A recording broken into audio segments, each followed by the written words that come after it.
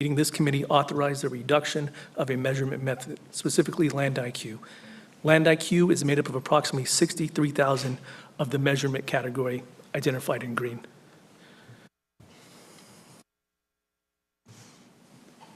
Regulatory compliance remains a core and ongoing cost driver and totals $139,000 over Q1 and Q2 of this fiscal year. These requirements include groundwater monitoring, data management, annual reporting, compliance documentation, and preparation for future plant updates. These requirements are not discretionary. They are mandated under SGMA and must be fulfilled to maintain the basin's compliance status. Through the first 2 quarters, expenditures reflect these ongoing regulatory obligations and remained aligned with anticipated budget expenses. Overall, the GSA's finances remain stable through the first 2 quarters of the fiscal year. However, there are several important observations to keep in mind. First, grants are not a sustainable long-term funding source. Current state grant availability is limited, and we should not assume future funding at historic levels. Second, technical and legal expertise remain costly. As SGMA implementation continues, litigation should be anticipated. Third, the update does not include domestic well mitigation finances. The first transactions for that program occurred in 2026 and will be shown with the next quarterly update. And finally, financial updates are cumulative. Even though it is a quarterly update, they build on the previous quarters. In closing, the county GSA remains financially stable through December 31st, 2025. Revenues are tracking as expected, expenditures are aligned with the regulatory and professional service needs, and there is no impact to the county general fund. Staff will continue to provide regular financial updates to ensure transparency, responsible financial management, and thoughtful planning as we move forward in SGMA implementation. I'm now happy to answer any questions you have. Excellent. Thank you. Any questions for you, Director? No, thank you. Okay. Seeing no questions, we're going to look to the public for any comments, questions they may have in regards to the update.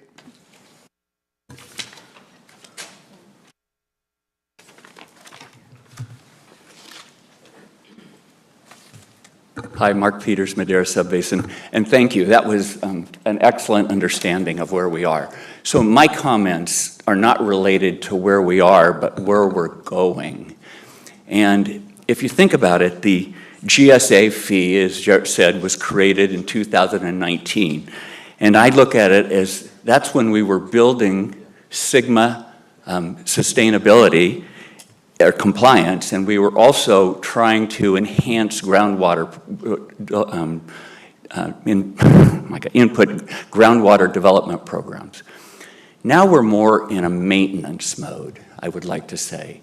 And so when you're in a maintenance mode, you need to go back and look at the big picture.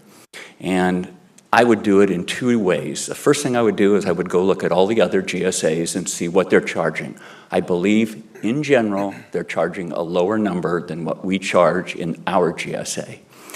But secondly, and very importantly, I think when you get started on any program, you want to have an objective. And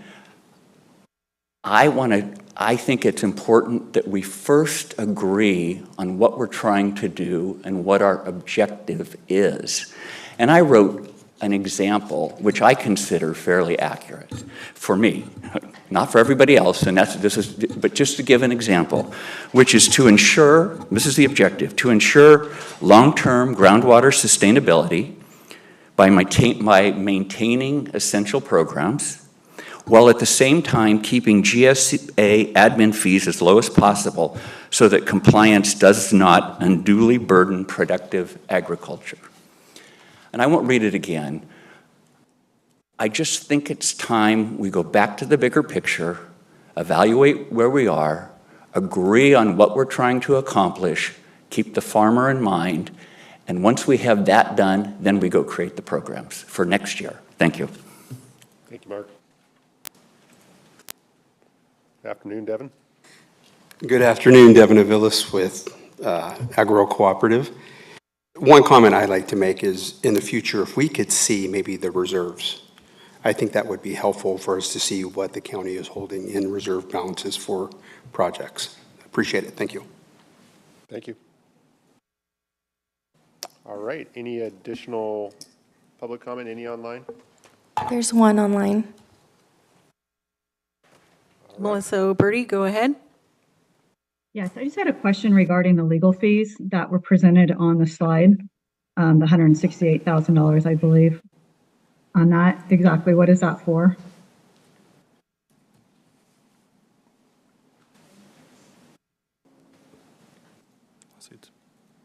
Hello? Can we pull the slide back up? Okay. Just a moment, please.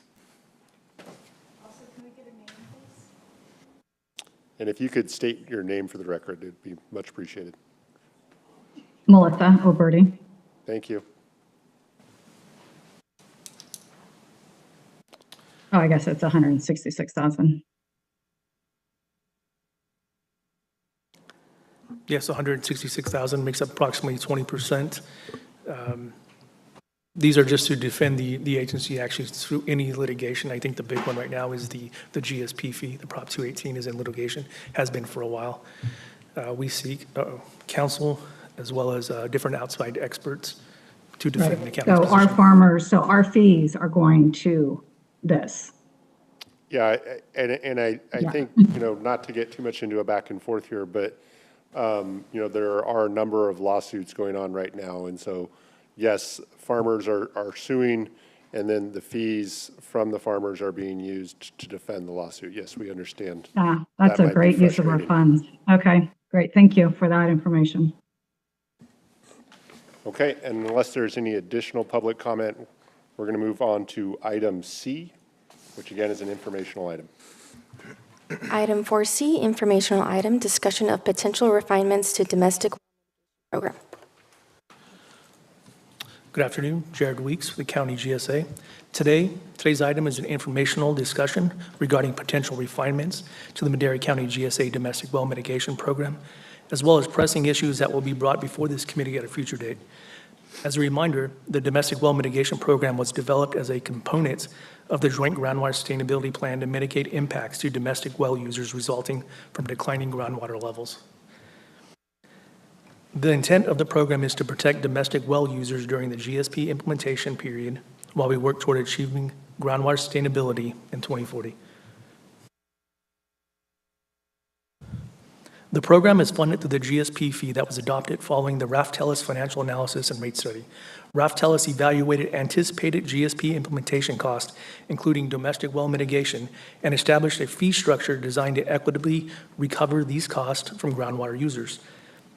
The revenues generated from that fee are intended to support implementation and ensure long-term financial sustainability of the program. At that time the fee was developed, technical cost estimates indicated that domestic well replacement costs range from approximately $25,000 to $35,000. The well mitigation program's $35,000 cap reflected the upper end of that estimated range, despite the $35,000 cap funding only the cost associated with drilling the well. That cap was set to balance the protection of the domestic well users with long-term fiscal sustainability of the program. It is important to note that this program is fully funded by the GSP fee and does not impact the county's general fund. During drought years, increased pumping combined with reduced recharge can accelerate localized declines in groundwater levels and domestic wells, which are often shallower than agricultural wells and are typically the first to be impacted. We have been fortunate in recent years to avoid these severe drought and pumping conditions that lead to widespread domestic well failures. However, these conditions can occur at any time. The domestic well mitigation program was intentionally designed to function as a safety net during those periods, and if we return to prolonged drought conditions, we could see an increase in applications and mitigation demand. This is why maintaining adequate funding for the program is important. The cost to install a replacement well can range up to or exceed $35,000 depending on site conditions and required depth. And if multiple well failures occur at once, the overall financial demand can increase quickly. This program was structured with long-term sustainability in mind so that resources are available when those more severe and unpredictable conditions arise. When developing the program framework, this committee directed staff to look at existing programs rather than reinvent the wheel. One of the examples reviewed was the Chowchilla Subbasin Domestic Well Mitigation Program, which limits reimbursements to well construction only and does not cover wiring, pumping, plumbing, or related components. During outreach and focus groups, however, homeowners expressed significant concern about the potential out-of-pocket expenses. Many indicated that they may not have that financial ability to cover costs beyond the program cap. Under the existing structure, homeowners may still incur costs for pumps and motors, electrical work, plumbing, and destruction of the old well. Following the Raftellus rate study, the GSA also undertook research into the $35,000 limit and continues to research the cost of drilling similar wells. GSA staff believes and will be recommending maintaining the $35,000 per well cap, but allowing the amount to cover reimbursement of all well-related expenses up to that amount. This would include drilling, pump installation, electrical work, plumbing, and destruction of the old well. This approach maintains a clear funding limit while providing flexibility to address full system restoration and reduce the likelihood of unexpected out-of-pocket expenses for homeowners.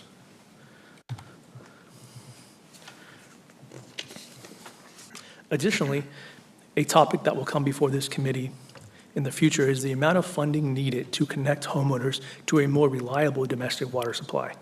The GSA has received 2 applications from homeowners requesting connection to an existing water system, as allowed under the program rules. These parcels are within Maintenance District 10 and require 400 feet of water main installation to connect. The GSA received a quote from Public Works from a reliable vendor that provided a cost estimate of approximately $84,000 to extend 400 feet of water main and connect these 2 properties. Additionally, the district requires a $7,000 per property fee, known as a connection fee, before being connected to the system. These 2 amounts do not include the required plumbing from the main line to each residence. In these situations, total project cost can significantly exceed the current $35,000 cap, even when combining 2 properties. This raises an important policy consideration regarding whether additional funding would be necessary when connection-based mitigation is determined to be the most appropriate solution. And that concludes my presentation. I'd be happy to answer any questions. Thank you for that presentation. I'm going to start with my colleague. Any questions? No, I thank you for that. This was something that has been brought up to me multiple times regarding ancillary services regarding drilling a new well. Obviously, we don't want to pay for a new pump, any of those types of things. But the ancillary work, like new plumbing, things that are required when you're drilling a new well, as long as we have those guardrails of the $35,000, it just makes sense to me. So I appreciate staff working to include that in the recommendation. And I have spoken to the 2 homeowners who submitted those applications whose wells are dry. And I've been out to their house and looked at it. It is a significant cost. Just the $84,000, that's just for the main line.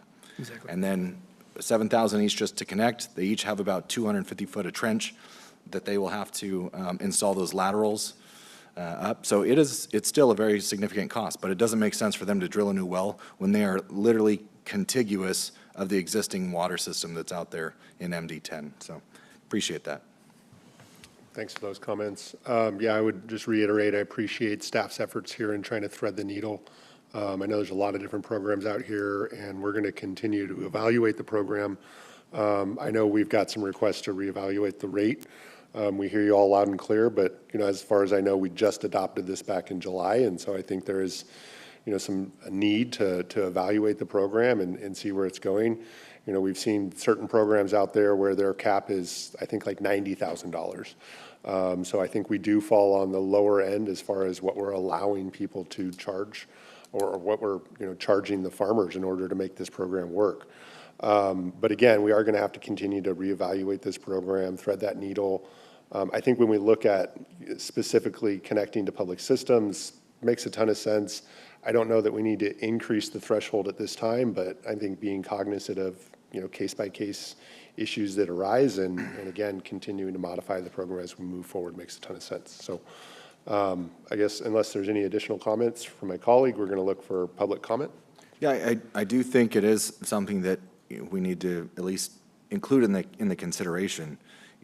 If it makes more financial sense for the homeowner to drill a new well, even though they're directly adjacent to a water system, what do we do at that point? Because if they're saying, hey, it's going to cost me $45,000 to drill a well, but it's going to cost me $70,000 to connect to the water system, Obviously, do I want to be on a more reliable source, potentially be metered in the future, or do I want to go with a well? I know what, we want is for them to connect to the system.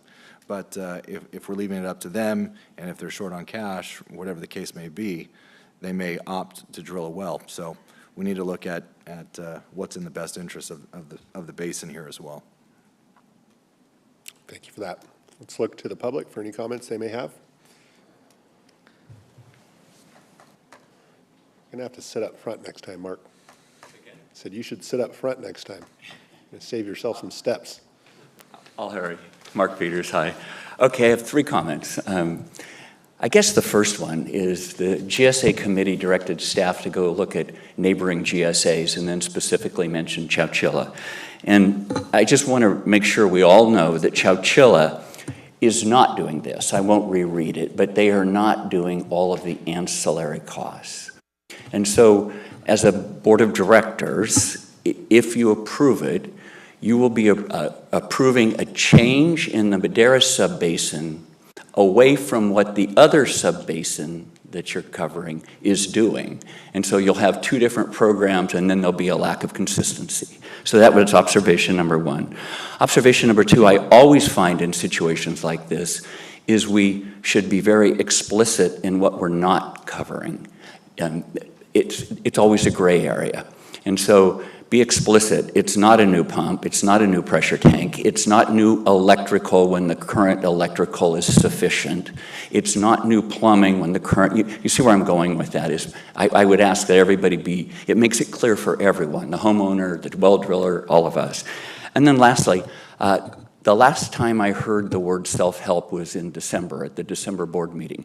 And we didn't know anything then, so I just want to make sure I say it again. It's been 3 months. Do we know anything more about what self-help information says? Thanks. Mark, I think you're referring to the list, self-help list, is that correct? Yeah.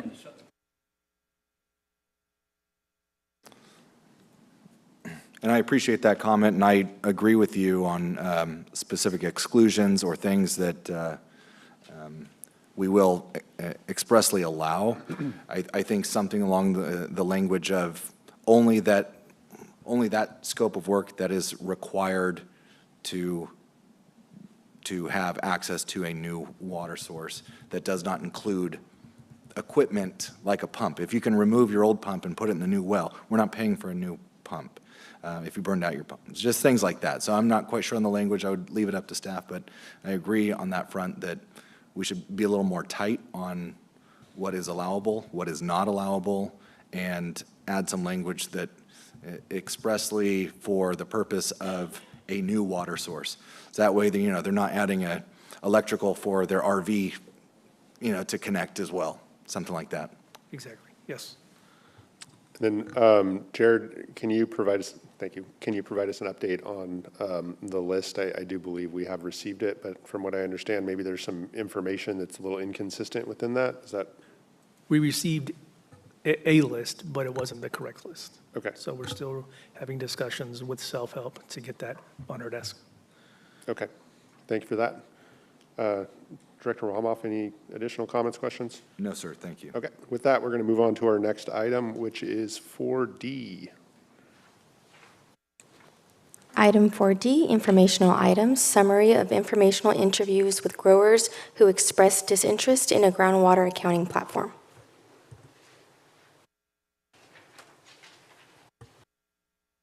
Good afternoon, Directors. Alita, Madera County GSA.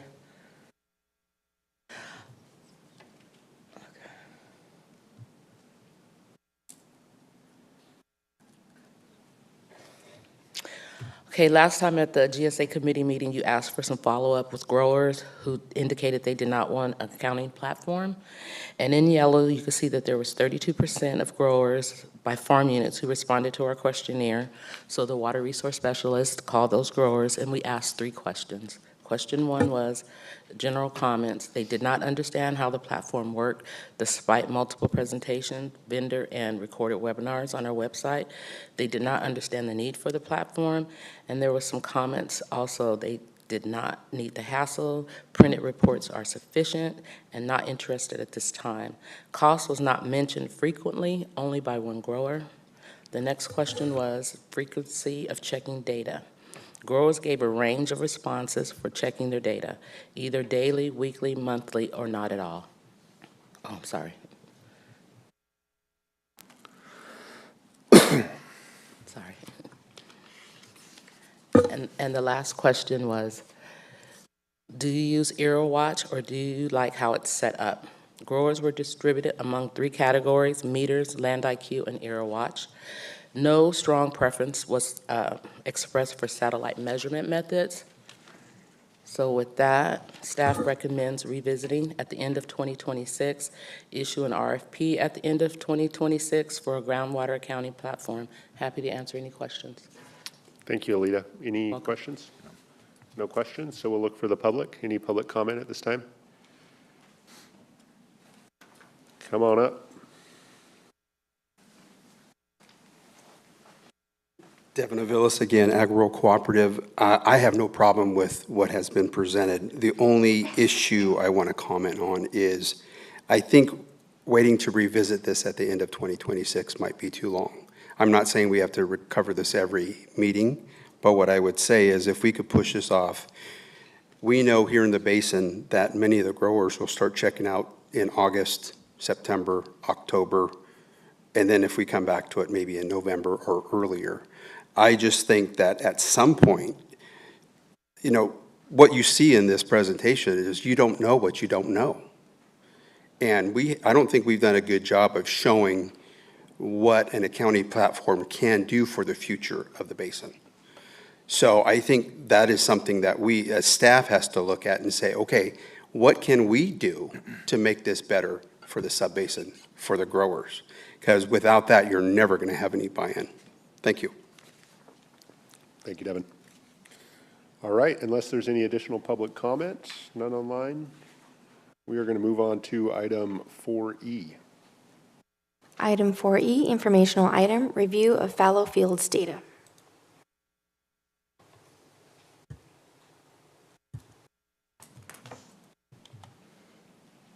I'm ready to share.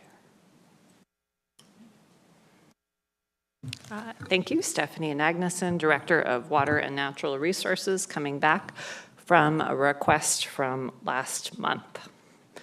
The request was to do some analysis on number of fallow fields and look at trends over time. We have found that it's easier to look at irrigated acres than fallowed fields, and that we have a good source for irrigated acres. So let me show you what these look like. These graphs are a little complicated, so I will walk you through them. This graph shows time stretching from 2016 to 2024 and cultivated or irrigated acreage on the vertical axis. What you're seeing here is the Madera Subbasin, Madera County GSA, and though we have a lot of anecdotal evidence that people are fallowing, there is not a substantial change in the amount of irrigated acres over time from this long, almost decade-long process. The colors represent the different farm unit zone areas too, so you can see they're pretty consistent other than this little bump up in 2019. So in the Madera Subbasin County GSA, we do not see a substantial decrease in irrigated acres over time. Chowchilla is a bit of a different story. Again, this is showing from 2016 to 2024. You have cultivated acres on the vertical axis again, and then 2 farm unit zones. You have blue, the east side of the Chowchilla Subbasin, and orange, the west side. And what you see here is there actually is a spike, a small spike, but it's 3,000-ish acres after 2022. And so the one thing that I recall from 2022 was that we did have a Prop 218 and fee process, and the Chowchilla Subbasin was the subbasin with a majority protest. So although correlation is not causation, there is a correlation between rate activities and refusal to increased plantings. So then looking at evapotranspiration of applied water, or our proxy for water use, this is the Madera County GSA Madera Subbasin. Orange is the actual ETAW, or the water use. And then we have put the allocation in terms of both water types, sustainable yield and transition water, on the graph. And so what you can see is there was a downward trend until 2025. Perhaps the water year is important. 2025 was below normal in terms of how much precipitation was received. But this graph does show we were on a downslope, and then with a dry year, we have a little bit of a spike above the allocation. And I did have Mr. Peters point out that some of these numbers are different than what's been shared earlier, and that's because we have adjusted as we've learned about more surface water deliveries. We've included that. So anything current is more accurate, more representative than anything we've shared in the past. And then we have the Chowchilla Subbasin. This is not broken up by farm unit zone, but I think that the key takeaway is you can see there really is much higher water use in the Chowchilla Subbasin, and we could see that when we previewed it in November, looking at data through August. So we didn't include any policy recommendations, which we did in November, but those included taking another look at the fee. The fee, of course, is close to the maximum. In one section of the water code, it's now $400 per acre foot over the allocation. We also talked about taking water off of the next year. If a grower overused, then they would receive less water, their allocation minus what was overused. And there was some concern this was going to send them into a cycle. It is possible to do a kind of gross version of that. If the total amount that's overused is taken off the total allocation, you could then reallocate water that way, so we can look at that. The next item, though, does go into Chowchilla Subbasin demand management. Discussions happening in Chowchilla right now, so it's actually a nice place to have some of that discussion. But happy to answer questions on the graphs. Thank you, Stephanie. Supervisor, any comments, questions? I would just say, that I would agree there's something we got to do here. It does seem like some of our policies, in some instances, and we've talked about this before, some instances it makes more sense to plant non-irrigated acres instead of, retiring that water. So we have to figure out a way that we can help folks retire water when it makes sense for them, but also make sure that there's, a disincentive in place that actually encourage people not to overuse. So those are my comments. We'll look for public comment at this time.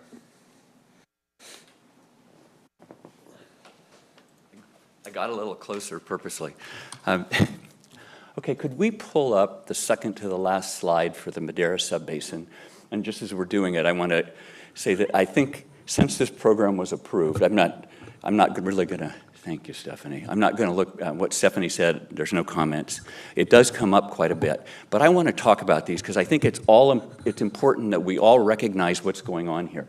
So the second to the last group is 2024. And you can see we ended 36,000 acre feet below the water allocation, what was allocated. And yet, even when we were 36,000 feet below, individual farm units went over by 2,700 acre feet at $200 an acre foot, and they paid $541,000 in penalties. So now let's look at 2025. We're not 36,000 under, we're over. Those 2,700 acre feet from last year are going to be 10,000 or more acre feet in 2025. And staff has to be very, very close to knowing where that number is. But let's assume it is 10,000 acre feet. At $300 an acre foot, that's $3 million in penalties. Now let's go to next year.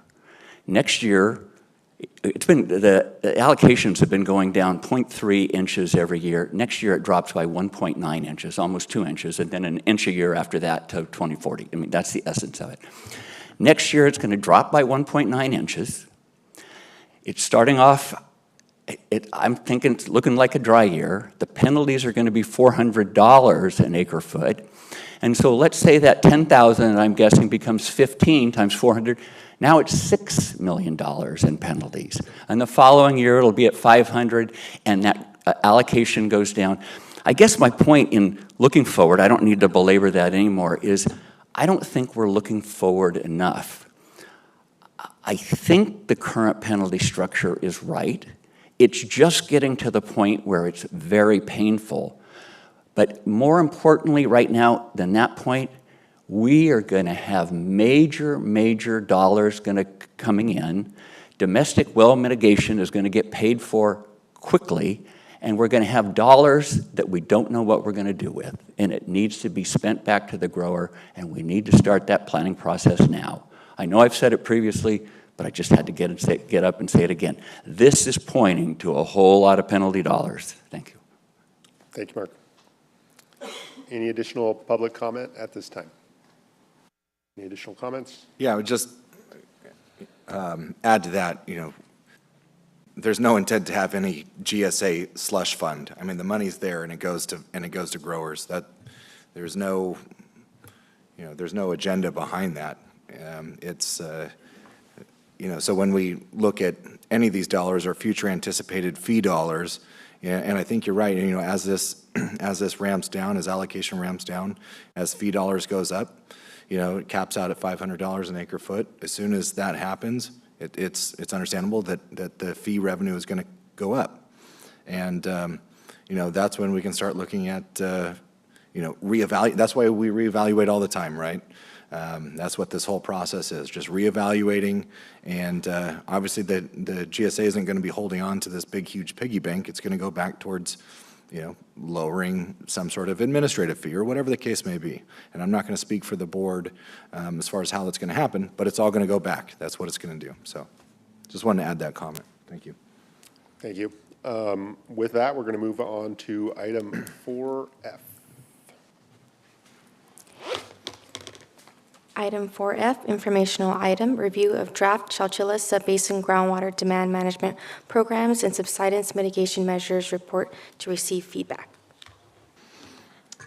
And this afternoon, we have a special guest. John Davids from Davids Engineering is here and is going to give the presentation he shared with the Chowchilla GSP Advisory Committee. This is informational for today, receiving feedback, and then hopefully coming back next month. Thank you. Welcome, John. Yeah, thank you. I think that may be the only boardroom where I'm welcomed as a special guest, so I'll take what I can get here. Anyway, staff has moved through items with quite a pace this afternoon, and I'll try and keep that up. Again, good afternoon, committee members, staff, and public. John Davids with Davids Engineering. As always, it's a pleasure to be here this morning, albeit in a precarious situation to be near the end of the agenda, right? So, as I've already said, I'll do my best to move expeditiously through the slides. Just a few housekeeping items before we jump into things this afternoon. While I'm here as the sole presenter, I do want to recognize our partners in the consulting world and on this project, LSCE, so they are also a partner in this.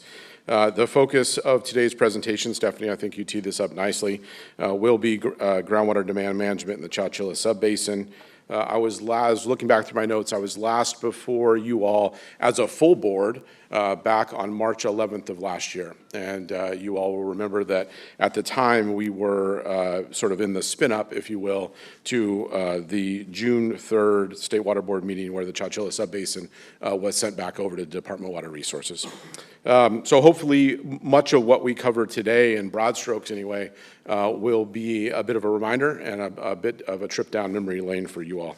Stephanie mentioned this already, but I did give this presentation to the Chowchilla GSP Advisory Committee on February the 18th. They heard what we had to say. There was a good, lively debate there, and their recommendation as an advisory body was to take the item back to the respective governing boards and seek approval. Okay, we're not here for approval today. It's only informational, and I think that's a good thing, as we have a lot of runway to continue to deliberate and think about this in a really meaningful way. Okay, here's our, whoops, I thought I had it. Here's our roadmap for the discussion today.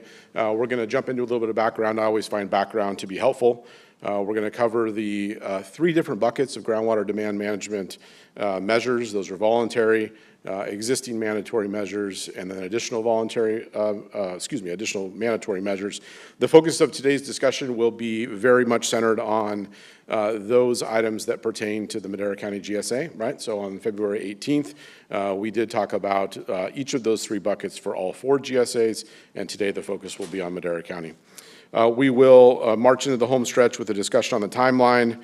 I'll provide at least the takeaways from my perspective, talk a little bit about next steps, and then, of course, as we always do, open it up for questions.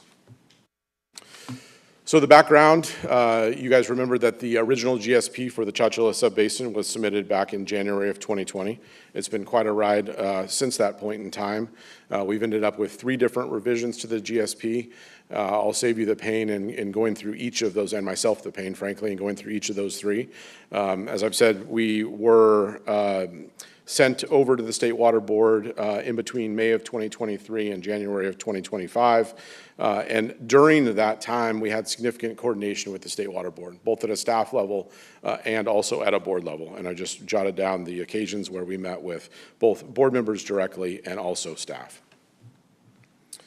What we heard over the course of those discussions, I think, was pretty simple, and it was pretty emphatic. And what the State Water Board said was that it is fantastic that you all have these projects and management actions, but what happens if those projects and management actions either A, don't come to fruition, or B, don't come to fruition in a way that you are currently envisioning? You need to have a backstop, okay? Those were the words that they used.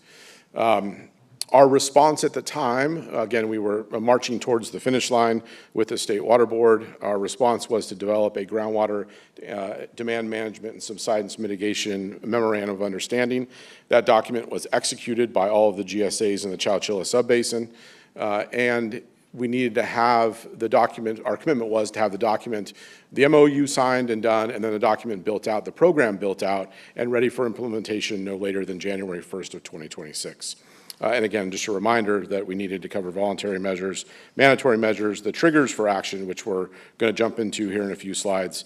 And importantly, that implementation, and I'm going to say this a few times today, that implementation is only as necessary, right? So only if conditions warrant in the basin do the items that I'm going to talk about spring to life.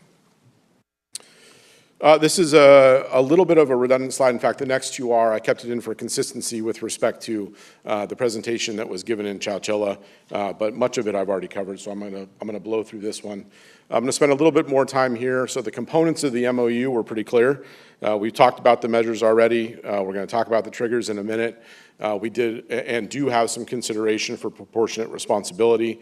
What does the funding and financing look like? How is that reviewed, right? You guys just got a report on a budget update, the same sort of threads and the same sort of, continuation or compatibility exist here.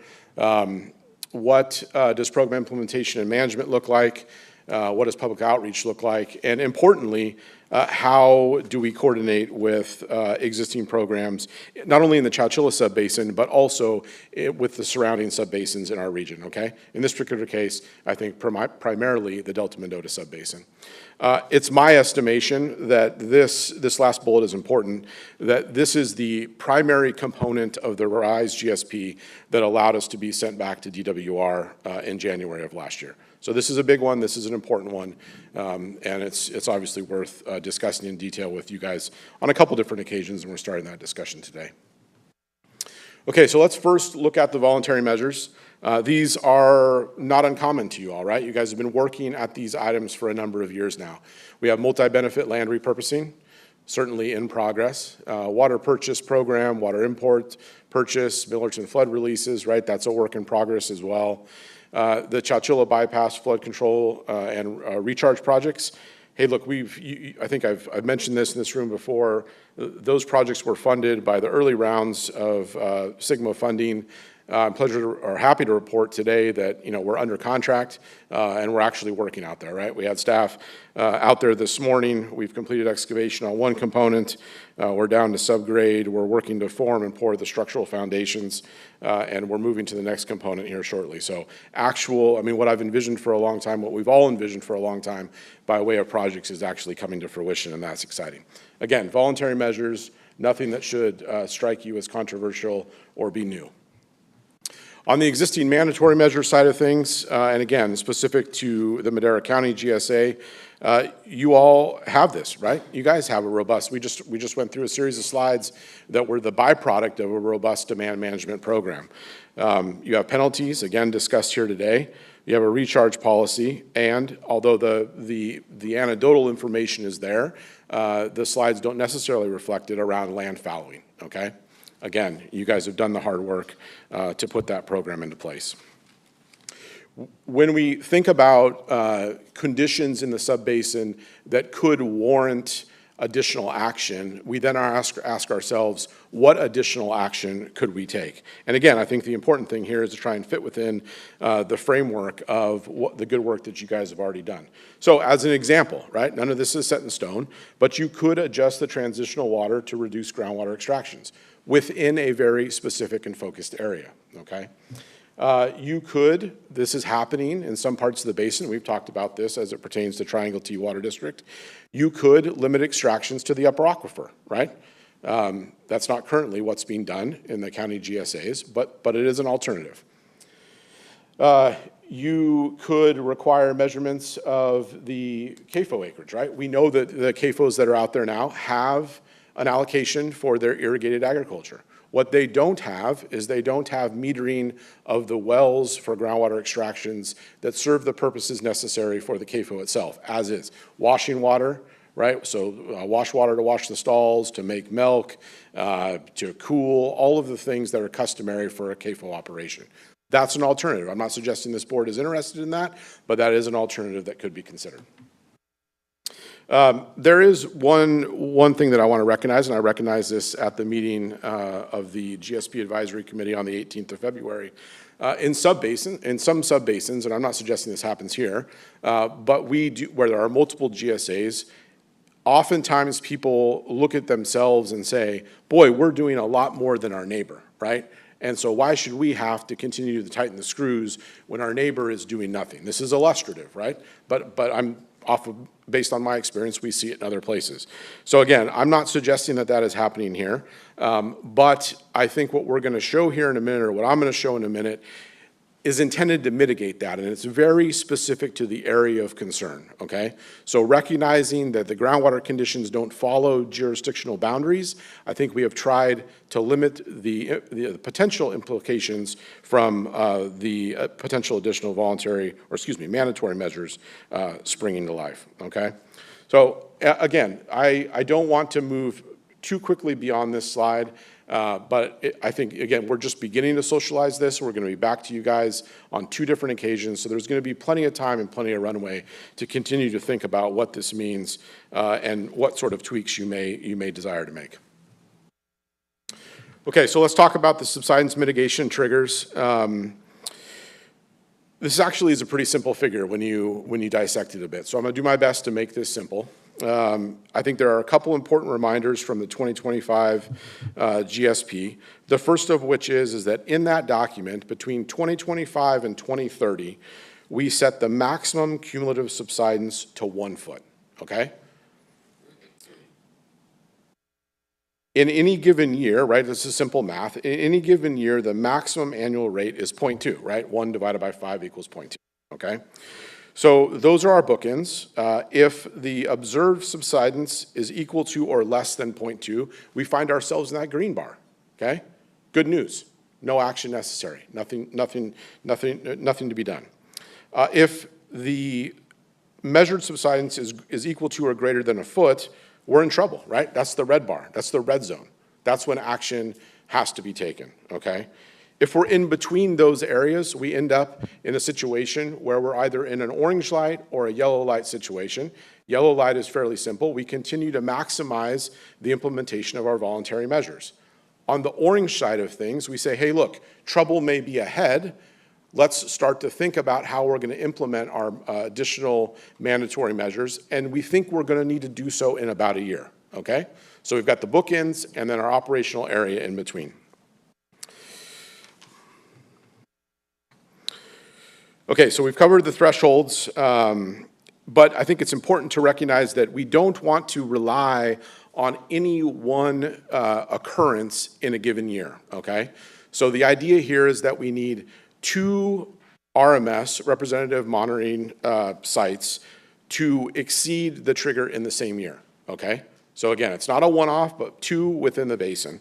And only if we reach those orange and red light situations are there either actionable or potentially actionable items that spring to life, okay? One of the natural questions I think at this point in the presentation is, geez, there are other sustainability indicators out there. Why are we only focusing on subsidence, right? What about groundwater levels? And if you were wondering that, you would be thinking correctly, right? That's a very good question. The answer to that is subsidence and the potential impacts of subsidence are anticipated to be the most limiting factors in the subbasin, okay? So that's why we're focusing on subsidence. We're likely to see issues with subsidence before we see issues with any other sustainability indicators, okay? There's one thing I'll mention on this slide. If you can squint your eyes and you'll see the blue dots, and then you'll see some other sort of diamond-shaped dots off to the fringes. Those are San Joaquin River Restoration Program subsidence benchmarks. The Bureau of Reclamation just recently let us know that they are going to no longer to continue their biannual monitoring of those. So we are, I noticed that DWR is on the telephone this afternoon, and just a heads up that DWR may be getting a letter from the Chowchilla GSAs, Madera GSAs, and a host of our neighbors, seeing if we can work something out with DWR to continue to monitor those subsidence benchmarks, okay? All right, this is a busy slide. I'm going to apologize for that at the onset. There's just a couple main takeaways from my side. We're going to do this analysis that I proposed on an annual basis when we do the annual reports for the water year that just finished up, okay? So it's not a new exercise. It's a small additional exercise as part of the work that we already do. Depending upon what that data shows, we'll proceed in one of 4 paths, right? So you remember our bookends, red do something, green do nothing. In the middle, we've got some variations thereof. There's only one additional thing I would mention on this slide, and it occurs in the lower right-hand corner. We've talked about how the triggers, how if you get to the point where you need to do something, a logical question is, how do you get out of that process, right? And very clearly, the idea here is that we need 2 consecutive years below the threshold, okay? So we have 2 RMS that get us into it, and then 2 consecutive years below, we get out of the situation that we find ourselves in, okay?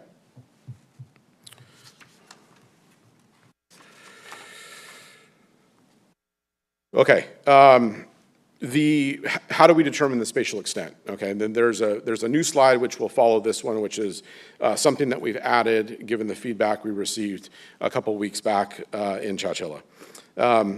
But let's say, for discussion purposes, that we have 1 foot of observed subsidence at 2 different stations. And you guys can just hear me, and then we'll see a visual representation here on the next slide. We'll draw a contour line around that 1 foot of subsidence, okay? If parcels are 50% or more within that line, then they're subject to the additional mandatory measures, okay? We would draw a second line, contour line, which is consistent with the orange light or the imminent contour line. And again, parcels 50% or more inside that line would be notified that, hey, you're close to, sort of a hot zone, and that action is imminent, perhaps in about a year's timeline, okay? All right, so this is what it looks like if you put it sort of in a graphical form. You can see the solid line, and the solid line is indicative of the area where additional mandatory measures would be required. And then you can see the dotted line, right? And that dotted line is the secondary line. So parcels not within the area of the solid line, but between the exterior of that line and the interior of the dotted line, those would be the parcels that would be, again, put on notice and let know that, there may be additional actions coming if conditions in the basin continue to be as they are. All right, we're headed in the home stretch. Oops, there must be another, there we go. On the timeline side of things, I think there's 3 important takeaways. The first of which, at least from my perspective, is this has been a pretty quick burn. We started this effort back in September of last year. For something like that, that is a pretty quick timeline. We do plan to submit the Groundwater Demand Management Program with the Water Year 2025 Annual Report, which will be due on April 1st of this year. And then lastly, as I've said once, and I'll say it again, and actually I'll say it a third time here in a minute, the runway for this is long. You can see the blue bar at the bottom, right? These are ideas. We need to get this plan in, but there are certainly more discussions that need to occur in this boardroom and the boardrooms of the other GSAs to get to the point where the public is comfortable with what is being proposed and we get to the point of having something that is readily implementable, okay? So my takeaways are that the Groundwater Demand Management Program and subsidence mitigation measures are required by the State Water Board, as I've said. And again, importantly, in my estimation, this is the primary mechanism that allowed us to avoid probationary status. Implementation only if the conditions in the basin warrant. Not one size fits all, right? Everybody's doing, we didn't review the actions of the other GSAs, but everybody's doing something slightly different. Hey, that's okay, whatever works, right? It's geographically focused in the areas of concern. And I think as we are beginning to realize at this point, in fact, some of the figures that Stephanie showed moments ago, we know what the main driver is at this point in terms of sustainability. It's hydrology, right? If we're blessed with 5 or 6 wet years, things are good. If we are cursed with 5 or 6 dry years, things don't look so rosy, right? And only Mother Nature is in control of that. Again, as I've said twice, we have a runway to continue development of the program and certainly and importantly, room for additional public collaboration. So lastly, on my side, the next steps, GSA governing body review and consideration. As I've said, inclusion of the report in the Water Year 2025 Annual Report due on April 1st of this year. As we always do, we'll continue to monitor the conditions within the subbasin. Again, additional mandatory measure refinement as necessary, right? I mean, there were some discussions that happened today about continuing to learn as we evolve. That's adaptive management, right? We know we're not going to get it right out of the gates, but as we continue to learn, we're going to continue to adaptively management. Importantly, stakeholder outreach, and then, again, I can't say it enough, implementation only occurs if conditions in the subbasin warrant. So with that, Chair, I'm happy to turn it back over to you. Thank you for the presentation. Any questions? Nothing here. It seems to me, and again, this is super high level. I understand there's a lot more to work out, and certainly hope there's going to be plenty of opportunity for folks out there to provide input. Just kind of off the cuff, to me, it seems like in order for this to really work well, it's going to be contingent on more RMS sites. Is that a fair assessment? Because it just seems, the fewer that we have, the less precise, the less surgical we can be. The more that we have, the more we'll be able to go in and look and say, okay, we need a cone to protection per se over this area. So yeah, I think it's a good observation. I think the number one action item I would put on the list with respect to that is continuing to monitor the San Joaquin River Restoration Program benchmarks, right? Absent that data, we're dead in the water, even with the other stations that we have. So to me, that's priority number one. And then as you suggested, as money becomes available, we continue to build out the RMS network. Okay, thank you for that. So I'm going to look to the public for any comments they may have at this time. Do we have any comment in the room or online? I think we got some hands up.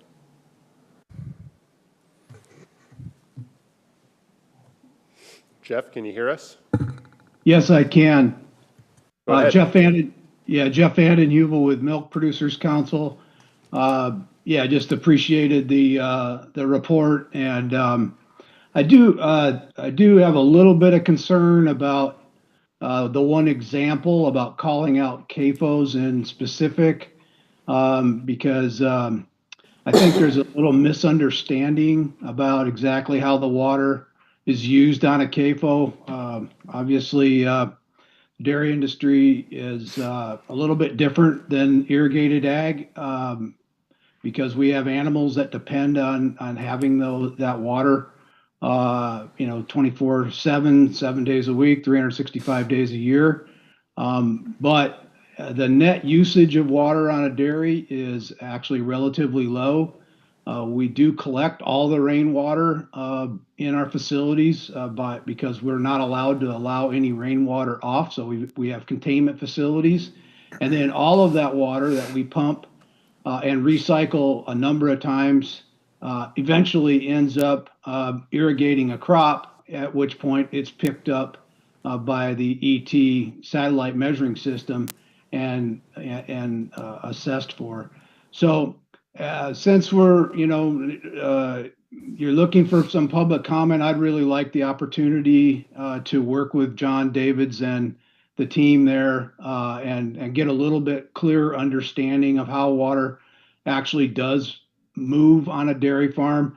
The Four Creeks engineering firm put out a white paper on specifically on water usage on a dairy that has been very useful for many GSAs that have dairies in them.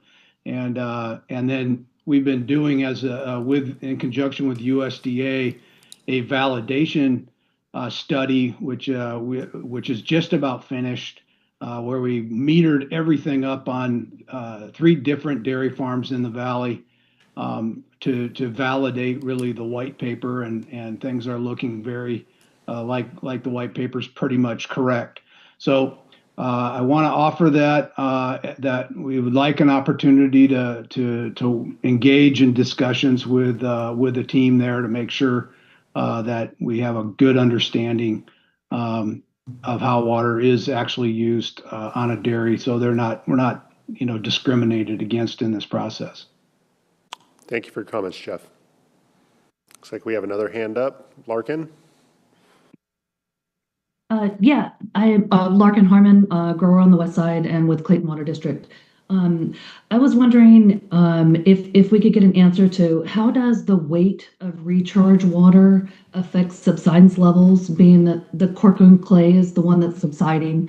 And so if we recharge, let's say on the west side out here off the east side bypass, and we're putting, tens of thousands of acres of water on top of that Corcoran clay, is that contributing to subsidence? It's not a phenomenon I'm familiar with, but I'm going to pass on that. I mean, there's several subject matters I can dabble in and probably could offer an answer, but I'm not an expert on subsidence in this context, and certainly with respect to Larkin's question. And Larkin, I'd say if you've got any information around that we can look at, we'd be happy to review. So unless there are from our old place. I'm sorry. Unless there are any additional public comments, we're going to go ahead and move on to the next item, which is an action item 4G. Item 4G, action item, consideration and recommendation of entering into an agreement among the Delta Mendota Subbasin Groundwater Sustainability Agencies listed in Exhibit A.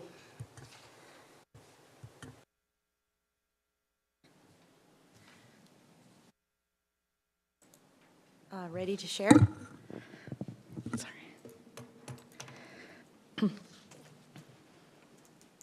Thank you. Good afternoon, directors. My name is Jacinta Cabral, Madera County GSA. Before you today, we have a revised and restated memorandum of agreement for the Delta Mendota Subbasin to coordinate and implement the 2024 Groundwater Sustainability Plan with the newly formed Delta Mendota Joint Powers Authority. For reference on the map, part of the Delta Mendota Subbasin is located in the southwest corner of Madera County. A little bit of background about the MOA. In 2024, the Groundwater Sustainability Agencies in the Delta Mendota Subbasin adopted the single subbasin-wide Groundwater Sustainability Plan to coordinate efforts to meet groundwater sustainability goals for the subbasin. This required an MOA to create a coordination committee for the development and implementation of the single GSP among the 23 GSAs in the subbasin. In the 2024 MOA, it included the San Luis Delta Mendota Water Authority for administrative, fiscal, and contracting support. Madera County GSA signed the MOA in 2024. Moving ahead, the San Luis Delta Mendota Water Authority has restructured their focus and is no longer providing services to the Delta Mendota Coordination Committee as of March of 2026. With the Water Authority stepping back, the Joint Powers Authority was formed in January to assume the responsibilities held by the Water Authority and Coordination Committee. Moving on to the actual updates in the MOA. The updates of the MOA removes the San Luis Delta Mendota Water Authority from its previous role and replaces it with the Joint Powers Authority. The Joint Powers Authority Board now serves as the coordination body, replacing the former Coordination Committee. Clarification in Section 7.1 was added to confirm that parties will coordinate to develop and maintain subbasin-wide monitoring network. And 2 water districts have joined the Central Delta Mendota GSA, reducing the total MOA signatories from 23 to 21. Now that the March 17th board meeting has been canceled, we recommend moving the Delta Mendota Subbasin revised MOA forward to the March 10th board meeting for consideration and approval. Thank you, and happy to take your questions. Thank you for the presentation. Any questions? Any public comment? All right, hearing none, we're going to bring it back for action. So moved. Second, roll call, please. Director Wamhoff? Yes. Director McCauley? Yes. Vote passes 2-0. Director McCulley, are you okay with that on consent? Sorry. Yes. Okay, thank you. With that, we're going to move into the director report. Sure. Quick update. We heard yesterday that the Delta Mendota Subbasin is moving back from the State Water Resources Control Board to DWR. So that's great news. There will be a public hearing for that.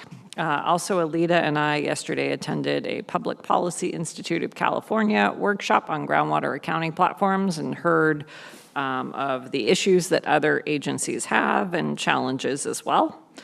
We've also contributed to a small farmer advisory committee and given some advice to them. And lastly, the penalties, which I know have come up a couple times, will be going out sometime this month, and we'll be glad to do an update at the next committee meeting in April. Excellent. Thank you for that. So with that, we are going to call this meeting adjourned.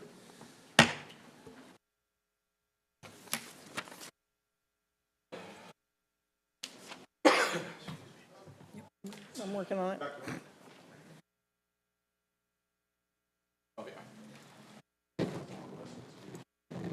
Thank you.